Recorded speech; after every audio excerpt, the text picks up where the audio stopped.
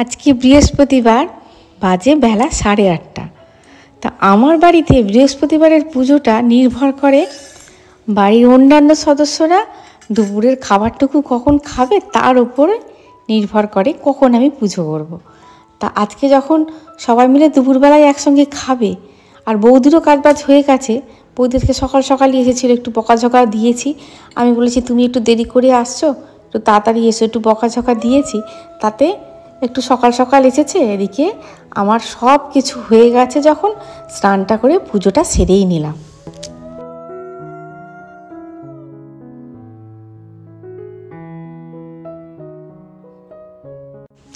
তাহলে সুপ্রভাত বন্ধুরা, কেমন আছো সবাই? বংশ্রাবণীর নতুন একটা ব্লগে তোমাদের সকলকে স্বাগত। আমার ব্লগ সাধারণত যে ব্লগটা করি তার পরের দিনকে আমি তোমাদেরকে দিই, কিন্তু আজকের ভিডিও ব্লগে দুদিনকার ব্লগ আছে। একটা হচ্ছে বৃহস্পতিবার, একটা হচ্ছে শুক্রবার।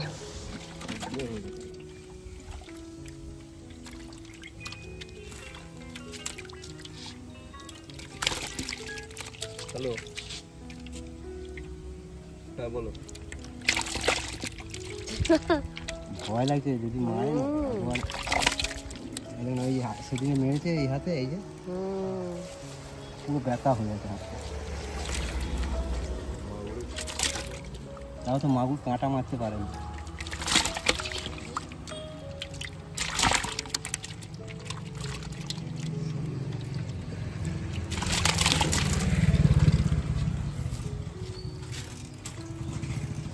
খরিদ্দারকে জ্যান্ত মাছ দেখাবো, তারপরে বিক্রি করব, এই আশায় বেচারি কি কাণ্ড দেখে দেখি কতক্ষণ লাগলো মাগুর মাছটা ধরতে।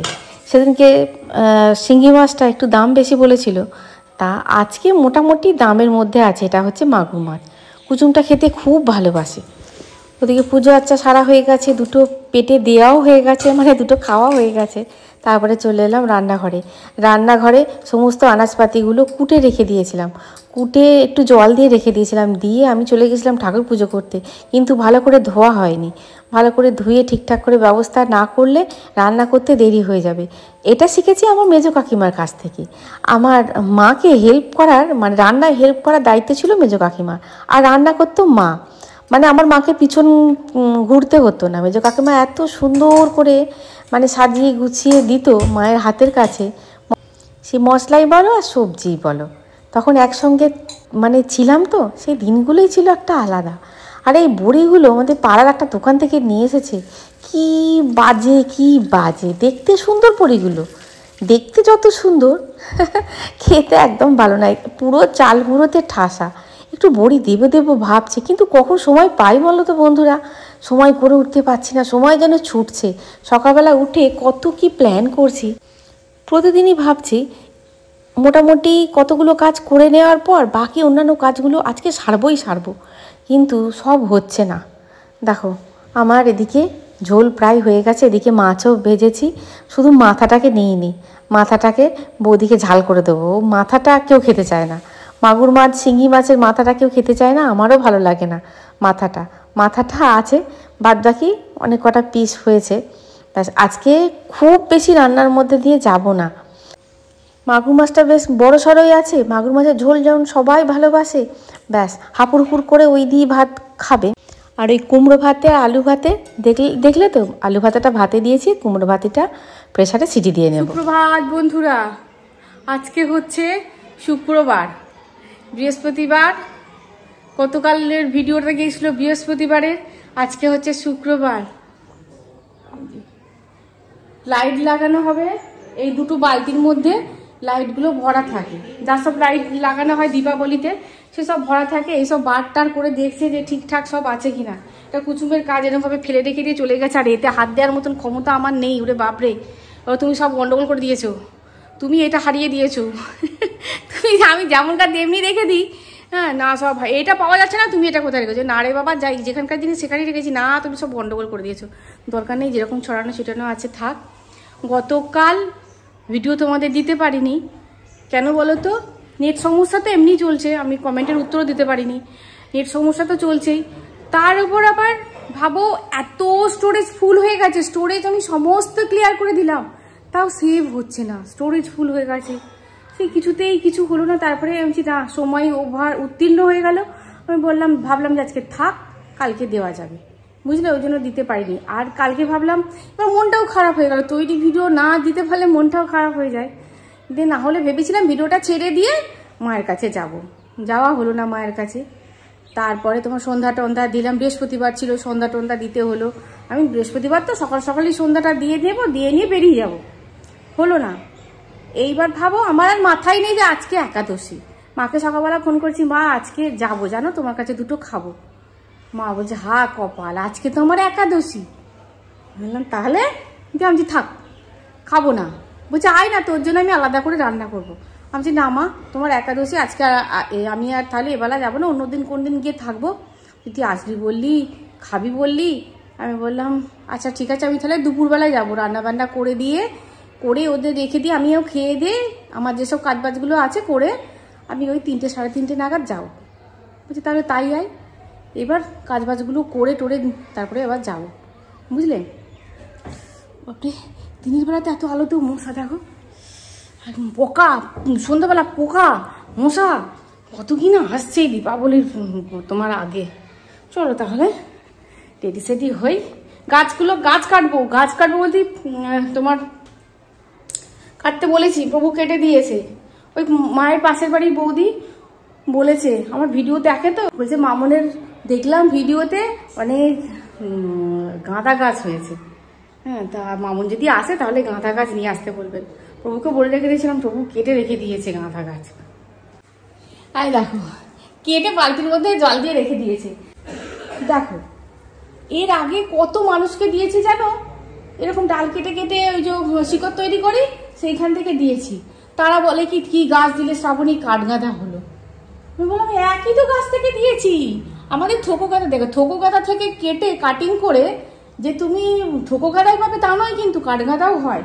ওই জন্য একদম ফুল সমেত নিয়ে গিয়ে দেবো, যাতে তার মনের মধ্যে এতটুকু না হয়, সে নিজে কেটে বসাক, ঠিক আছে, যে এতটুকু না হয় যে দেখো বললাম কাঠগাঁদার চারাগুলোকে দিয়েছে, কাঠগাঁদার ডাল দিয়েছে। আমার মাও বলতে ছাড়বে না, মা বলবে তোকে চাইলাম তুই কাঠগাঁদার ডাল দিয়েছিস। জানো দরকার নেই বাবা, এই ফুল সমেত নিয়ে যাবো, একটু নিয়ে যেতে অসুবিধা হবে। এইখানে ব্যাগটাকে রেখে দিয়েছি, ব্যাগের মধ্যে ভরে নিয়ে যাব। লাইট বার করার চক্কর করে, মানে লাইট ঠিকঠাক আছে কিনা, বাড়ির সব জায়গাকার লাইট টেস্টিং করে দেখা হচ্ছে, সেই জন্য আজকে আর স্কুল যাওয়া হয়নি। কুসুমের বন্ধু সায়ন আর কুসুম মানে শুয়েছিল দুপুরবেলায়, খাওয়া দাওয়া করে ওরা শুয়েছে। আমি সায়নকে বলছি, সায়ন একটু দিয়ে আসবি আমাকে। কুসুমকে প্রথমে বললাম, কুসুম আমাকে একটু দিয়ে আসবি। বলছে এখনই যাবে? তখন সায়ন বলছে কোথায় যাবে বলো না। কুসুমের দিদুনের বাড়ি, ওরা মনে হয় দিদিমাকে দিদুন বলে। আরে হ্যাঁ, কুসুমের দিদুনের বাড়ি, তুই যাবি? বলছে হ্যাঁ চলো আমি দিয়ে আসবো। তাহলে ভালোই হলো, ও বেটা শুয়ে আছে আর সায়ন বলে চলো আমি দিয়ে আসবো। তাহলে চল আমাকে একটু দিয়ে আসবি, চল। পেয়ে গেলাম, তাহলে টোটো অটো এই সময় পেয়ে যাবো। হ্যাঁ, গাছগুলো নিই, সবটা নিলাম তো। মা আবার কি নিতে বললো, নিলাম তো, ওই তো ভুলে যায়।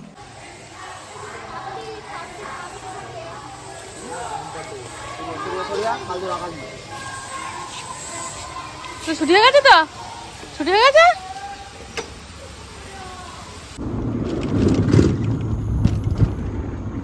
এই দোকানে সারা দুপুর খুলে দেয়, আসি ঢুকছে।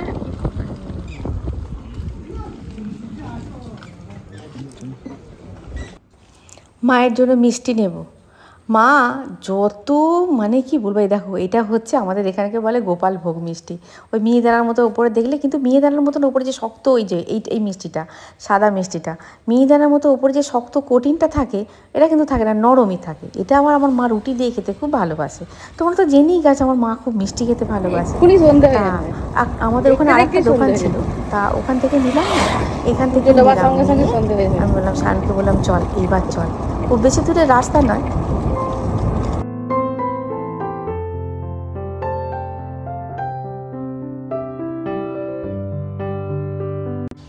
শিকড়ের টান এমনই যে যেখানেই থাকুক না কেন, যত স্বচ্ছন্দভাবেই থাকুক না কেন, যত মানে কি বলবো, যত ভালোভাবেই থাকুক না কেন, শিকড়ের টান একটা আলাদাই থাকে।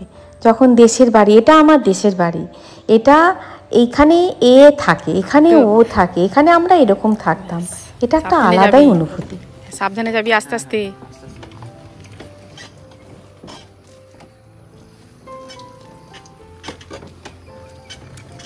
হ্যাঁ, আর লাইট লাগাবি খুব সাবধানে।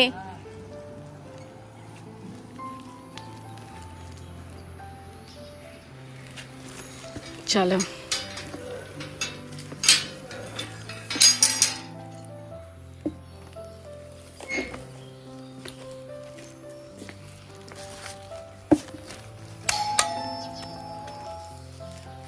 কি খোলা আছে, কি খোলাই আছে, খোলা নেই মানে টানলে খুলে যায় আর কি। চলো মা, ঘরে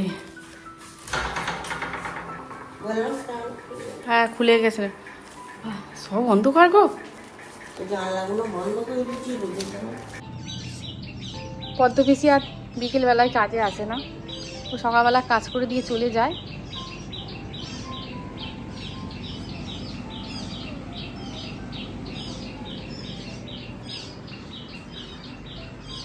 এই দেখো, এই গাছগুলো আবার নিয়ে এসেছে, কি হয়েছে জানি না, মনে হচ্ছে তো কাঠ গাঁদা হবে, এখানেই বসিয়ে দিতে হবে। এইখানে আম গাছটার জন্য একটু ছাওয়া হয়, তাই গাছগুলো খুব স্বতঃস্ফূর্তভাবে হতে পারে না জানো। আর সব আমাদের এই উঠোনটা সবটুকু বাঁধানো ছিল না, মানে অল্প একটুখানি মানে বাঁধানোই ছিল না, বেশিরভাগটাই ছিল মাটি। তা মাটিতে প্রত্যেক সময় ঘাস হয়ে যেত, আর মা সেই ঘাস উবড়িয়ে উবড়িয়ে আলা হয়ে যেত। আর আমার বাবা মানে উঠোনটা সানের করতে দেয়নি। আমার বাবা বলতো কংক্রিটে জঙ্গল করে কি হবে, মাটিতে পা দিয়ে হাঁটলে ভালো লাগে। তা বাবা চলে যাওয়ার পর আর কোনো বাধা সেরকম থাকলো না, মা তখন জবরদস্তি করলো, ব্যাস উঠোনটা হয়ে গেল সানের। আর দেখো, এটা হচ্ছে মাকে আমিই দিয়েছিলাম মানি প্ল্যান্টটা, কত বড় বড় পাতা হয়েছে দেখেছো, নিচে থেকে হয়েছে তো মানে মাটি পেয়ে গেছে, তার ফলে কত পাতা বড় বড় হয়েছে, বিশাল। অথচ আমার বাড়িতে যে মানি প্ল্যান্টটা সেইটাই একই মানি প্ল্যান্ট। আর এই দিকে এই যে এটা হচ্ছে কি গাছ বলো তো, এটা হচ্ছে সং অফ ইন্ডিয়া, কিন্তু এর ক্যারেক্টার চেঞ্জ করেছে। এটা কিন্তু আমার বাবার হাতের গাছ, আমার বাবা এনেছিল নার্সারি থেকে আমার বিয়ের সময়। আর সেই বিয়ের সময় মানে একরকম দেখতে ছিল, মানে যেমন সং অফ ইন্ডিয়া যেমন দেখতে হয় তেমনই দেখতে ছিল, কিন্তু এতদিন পর একটা ক্যারেক্টার চেঞ্জ করে এরকম একটা সবুজ পাতাওয়ালা সং অফ ইন্ডিয়া তৈরি হয়েছে। আমি আবার দুটো গাছের ডাল নিয়ে যাব। আর এই দেখো, এখানে আমার মায়ের তুলসী মচ্ছব, আমার মা আমাকে জিজ্ঞাসা করে করে সমস্ত মঞ্জুরি টঞ্জুরি ঠিকঠাক সময় কেটে দেয়। আমার মায়ের তুলসী গাছ কিন্তু মানে সেরকমভাবে মারা যায় না খুব একটা। আর এইটা তোমাদের আমি আগেও দেখিয়েছি, এটা হচ্ছে আমার বাবার তৈরি, বাবার হাতের তৈরি। মানে আমার বাবা খুব শিল্পী মানুষ ছিলেন, যেমন সুন্দর তার হাতের লেখা ছিল তেমন সুন্দরভাবে তিনি স্টুডেন্টও পড়াতেন। আমি এই যে শুয়ে পড়েছি, মা একটা টিফিন বাক্স কিনেছে, বলতে 100 টাকা, 100 টাকা যা নেবে 100 টাকা ওর কাছে। বউটা একটা বউ নাকি দেখি? না না, ও বিক্রি করছে, কাপড় মাপড় নয়, কাপড় দিয়ে নয়, না ভালো মজবুত আছে জানো। অনেক মাছ টাছ করলেও হ্যাঁ, 2-3 টিফিন করতে করতে। আমার আবার ডিপ ফ্রিজে অতখানি জায়গা আছে, অন্য কিছু রাখা যাবে।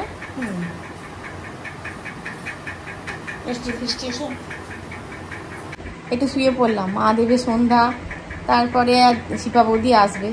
আর বললাম পাশে বাড়ি বৌদি গাছ চেয়েছিল, আমি বললাম গাছটা দিয়ে দাও, গাছটা নাহলে ঝিমিয়ে যাবে। গাছটা তুলে একটু জলের মধ্যে রেখে দেওয়া হয়েছিল, তুমি দিয়ে দাও নাহলে গাছটা ঝিমিয়ে যাবে, বুঝলে। একটুখানি শুতে পারি না, শুই তো নাই, এটা 5-10 মিনিট হয়তো একটুখানি গড়িয়ে নিই, সেটাও আজকে সময় পাইনি, হুড় করে চলে এসেছি। আমার মা যতক্ষণ সন্ধ্যা দিচ্ছে আমি ততক্ষণ একটু আলাপ পরিচয় করে দিই চলো। এই দেখো, এইরকম পুতুল আমার বাবা কিনতো। আমার বাবার ভিতরে একটা শিশু ছিল, মানে বরাবরই। আর এদিকেরটা হচ্ছে আমার দাদা ঠাকুর যাকে বলে, আমার মামার বাড়ির তরফ থেকে দাদু, আর এটা হচ্ছে আমার দিদাকে আমরা বলতাম অমরেশপুরী। মানে দিদার শেষ বয়সে মাথায় চুল একটাও ছিল না, খুব হাসাহাসি করতাম, অমরেশপুরী বলতাম। আর এটা তো আমার বাবার ছবি দেখেছো, কিন্তু বাবার ছবিটা না ভালো করে একটুখানি করতে হবে, একটু নষ্ট হয়ে যাচ্ছে। মা ছাড়তে চাইছে না, মা বলছে কেমন করে বানিয়ে দেবে। আমি বলছি দাও না, চেষ্টা তো করতে, দোষ কী। ওদিকে আমার বাবা মার একটা ইয়াং বয়সের ছবি, আর এটা হচ্ছে আমার দাদু আর ঠাকুমা। এ দেখো কাঁচের ভেতরে বলে তোমরা ঠিক বুঝতে পারছো না, এটা হচ্ছে আমার দাদু আর ঠাকুমা। এই মানুষটা হচ্ছে আমার জীবনে একটা স্পেশাল মানুষ, সেটা হচ্ছে আমার বাবার পিসিমা। 9 বছরে বিয়ে হয় আর 11 বছরে বিধবা হয়ে যায়, তারপর থেকে আমার দাদু নিয়ে চলে আসে। এই মানুষটা মনে হচ্ছে যেন বয়স্কা হয়ে গেছে, কিন্তু আমি মানুষটার কাছে ছিলাম ক্লাস 6 পর্যন্ত, 7-এ গিয়ে মারা গেছে। আমি মায়ের কাছে শোয়া কী জিনিস জানতাম না। এই ঠাকুমার গলা জড়িয়ে গল্প শুনতে শুনতেই রাত কাটতো আমার। অপূর্ব সুন্দর গলা ছিল, রাত্রেবেলা শোনাতো, তার মধ্যে একটা গান থাকতোই, একবার বিদায় দে মা ঘুরে আসি।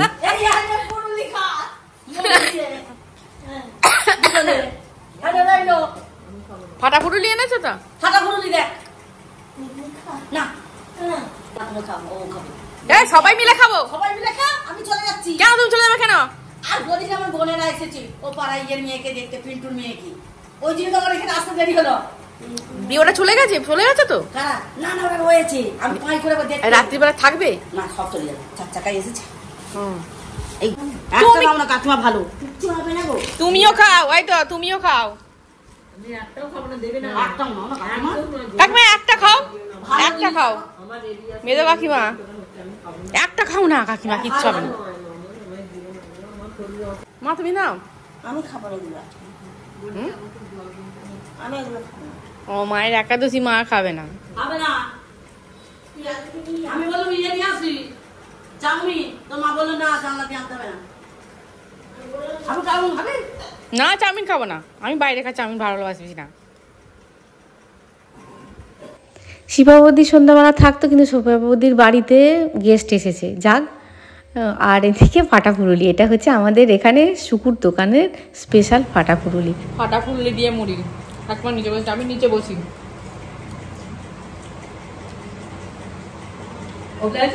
হ্যাঁ না, তখন 4টের সময় এলাম, ওবেলায় তো আসতাম, মায়ের একাদশী বলে আসতে পারলো না। বসে বসে বেশ কটা ফাটা ফুরুলি দিয়ে মুড়ি খেলাম। আর মেজো কাকিমা চলে যাচ্ছে, মা ঘুগনি করেছে, যা করেছে মা মেজো কাকিমাকে দিয়ে দিল। কাকিমা ক্যান্সারে আক্রান্ত হয়েছিল বছর 2 আগে, কেমো চলেছে, চলেছে। তার ফলে আমার কাকিমার এরকম কিন্তু স্বাস্থ্য শরীর ছিল না, খুব সুন্দর একটা স্বাস্থ্য শরীর ছিল। জানি না কবে আবার সেই স্বাস্থ্য শরীর ফিরে পাবে, কবে আবার পুরোপুরি সুস্থ হয়ে যাবে আমার কাকিমাটা। আর এদিকে শিপা বৌদি খুব দুঃখিত, কেননা আমি এলে শিপা বৌদি আমাকে কিছু করতে দেয় না, মাতে আর শিপা বৌদিতে মিলেই করে। তা শিপা বৌদিকে বললাম তুমি চলে যাও, তোমার বাড়িতে যখন অতিথি এসেছে তুমি চলে যাও। মা সমস্ত কিছু করেই রেখে দিয়েছে, হবে কটা পরোটা। তা মা লুচি করবে ভেবেছিল, তাহলে লুচি করো না, পরোটা করবে, চলো আমি বেলে দিই, তুমি করে নাও। তা আমি বেলতে আরম্ভ করলাম, আর মা এদিকে একটা একটা করে করতে আরম্ভ করলো, আর গল্পও চলতে আরম্ভ করলো, এটা গল্প সেটা গল্প। আর একটু সময় নিয়ে বাপের বাড়ি এলে ভালো লাগে, ভালো হয়ও, কিন্তু সেই সময় এখন আর দেবে না, আবার যেদিনকে সময় পাবো আসবো। আর এদিকে ঘুগনি করেছে মা, সিমুই করেছে। তারপরে আমি খাওয়া দাওয়া করে নিলাম মায়ের সঙ্গে, মাকে বললাম আমি আর তুমি খাওয়া দাওয়া করে নিই, একসঙ্গে করে নিয়ে ওদের খাবারটা ছাদা বেঁধে নিয়ে চললাম বাড়ির দিকে। এটা হচ্ছে পরের দিন। গতকাল রাত্রেবেলা এসে আর ভালো লাগলো না, ভাবলাম রাত্রেবেলায় ভিডিওটা করে রাখবো। দেখো আজকে সকালবেলায় কিন্তু আমি সমস্ত উত্তর তোমাদের দিয়ে দিয়েছি, যা যা তোমাদের প্রশ্ন ছিল সমস্ত উত্তর দিয়ে দিয়েছি। আর তোমরা কমেন্টে গেলেই তোমরা বুঝতে পারবে। ভেবেছিলাম একটা শর্টস বানাবো, কিন্তু আজকে আর সময় পেলাম না। তোমরা অনেকেই জানতে চেয়েছো 14 প্রদীপ কোথায় কোথায় জ্বালাবো। এর আমি গত বছরও ভিডিওতে বলে দিয়েছিলাম, তার আগের বছরও ভিডিওতে বলে দিয়েছিলাম। যাই হোক আর একবার বলে দিয়েছি, 14 প্রদীপ কিন্তু যত্রতত্র জ্বালাবে না। 14 প্রদীপ জ্বালাবে, 4 দিকে 4টে জ্বালাবে, বাড়ির 4 দিকে 4টে জ্বালাবে, 4 কোণে 4টে জ্বালাবে, নৈঋত কোণ, ঈশান কোণ, অগ্নিকোণ আর হচ্ছে বায়ুকোণ, 4টে কোণে 4টে জ্বালাবে। তাহলে কটা হলো? 4 দিকে 4টে আর 4 কোণে 4টে, 8টা ছাদেতে একটা জ্বালাবে, পুরো ছাদের মাঝখানেতে, ছাদেতে একটা জ্বালাবে। 9টা বাড়ির ব্রহ্মস্থান মানে মাঝখানটায়, বুঝে নেবে বাড়ির ব্রহ্মস্থানটা মানে কোথায় পড়ছে। একটু মশা দেখেছো, বাড়ির ব্রহ্মস্থানটা কোথায় পড়ছে, ব্রহ্মস্থানে জ্বালাবে। 9টা হলো, 10টা হলো, আর বাকি রইল 4টে। আর একটা মা লক্ষ্মীর কাছে জ্বালাবে, ঠাকুর ঘরে মা লক্ষ্মীর কাছে একটা জ্বালাবে, তার মানে কটা হলো, 11টা হলো। রান্নাঘরে জ্বালাবে একটা, 12টা হলো। তুলসী তলায় 13টা, আর একটা জ্বালাবে ডাস্টবিনের কাছে। যদি ডাস্টবিন না থাকে তাহলে তোমার ওই উঠোনে জ্বালিয়ে দিতে পারো। আর 14 শাক খাওয়া, যাদের যা রীতি আছে, কিন্তু 14 শাকও কিন্তু মানে যা তা শাক খেলে হবে না। যে 14 শাকগুলো আছে মানে শাস্ত্র মতে যেগুলো আছে, তন্ত্র মতে যেগুলো আছে, সেইগুলোই কিন্তু 14 শাক হিসেবে খাওয়ার দরকার। একান্ত যদি না পাও, মনের মধ্যে কোনো প্যানিক করবে না, যা পাবে তুমি এই আমাদের কাছে এক একজন এক একটা জায়গায় এমন জায়গায় থাকে, সে এখন কোথায় 14 শাক যেতে, হ্যাঁ ওই শাকটাই দরকার, না হলে হবে না, সে এখন কোথায় খুঁজতে যাবে। প্যানিক করবে না, মা কালীকে বলবে আমি এটাই পেয়েছি, আমি এটাই করে ফেলছি। হ্যাঁ, আর একটা কথা হচ্ছে, যারা জম্পদীপ জ্বালাতে পারোনি গতকাল, কিন্তু তোমার 19 অক্টোবরও কিন্তু জম্পদীপ জ্বালাতে পারবে, সন্ধ্যাবেলায় জ্বালাতে পারবে। এই একই প্রসেস, ওরকমভাবে জ্বালাবে, জ্বালিয়ে আর পিছন দিকে তাকাবে না। এটা আমার গতকাল বলা হয়নি, জ্বালিয়ে আর পিছন দিকে তাকাবে না। গতকাল যারা কোনো কারণবশত জ্বালাতে পারেনি, অসুবিধা থাকতেই পারে, তারা কিন্তু 19 অক্টোবরও জ্বালাতে পারবে। তাহলে ভিডিওটা এই পর্যন্তই, দেখা হচ্ছে পরের ভিডিও। খুব ভালো থাকবে, খুব সুস্থ থাকবে। আর বন্ধুরা, টাটা।